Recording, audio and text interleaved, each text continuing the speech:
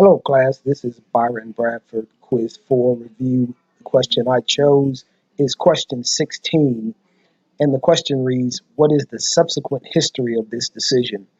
I chose this question, first of all, because if you've read the post, you know that Deanna reached out to the class for an explanation on this question, and I actually responded to her post, but I thought it also would be a good question to go over in the quiz review in case anyone else missed it. But anyway, the options we have here are the plaintiff tried to appeal to the Tennessee Supreme Court, but it declined to review the case. Then we have the plaintiff took no further action after this decision. The case was remanded back to the trial court for further proceedings. The Court of Appeals affirmed the decision of the trial court. And finally, the Tennessee Supreme Court affirmed the decision from the Court of Appeals.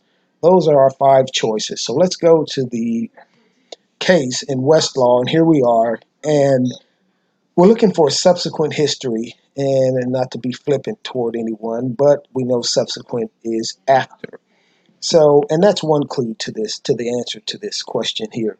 And so if we look up here at the top, we know that the Tennessee Court of Appeals rendered this decision September 30th, 1987. So anything that occurred after that with regard to this case would be subsequent history. That's one way to go about finding this.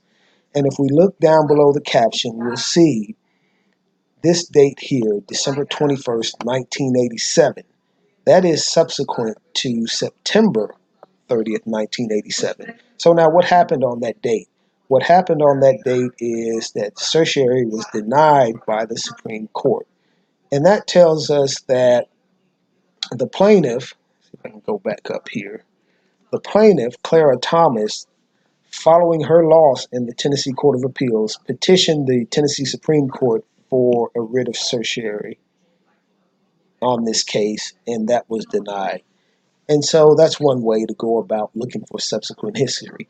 And by the way, let's say that we know that this case was affirmed in the Court of Appeals, but let's say that the Tennessee Court of Appeals remanded this case back to the Tennessee Claims Commission for a new trial.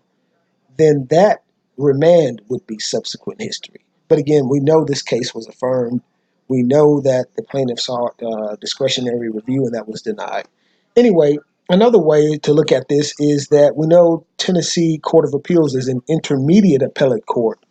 And so that tells us there is a higher court than the intermediate appellate court in Tennessee. And of course, that is the Tennessee Supreme Court.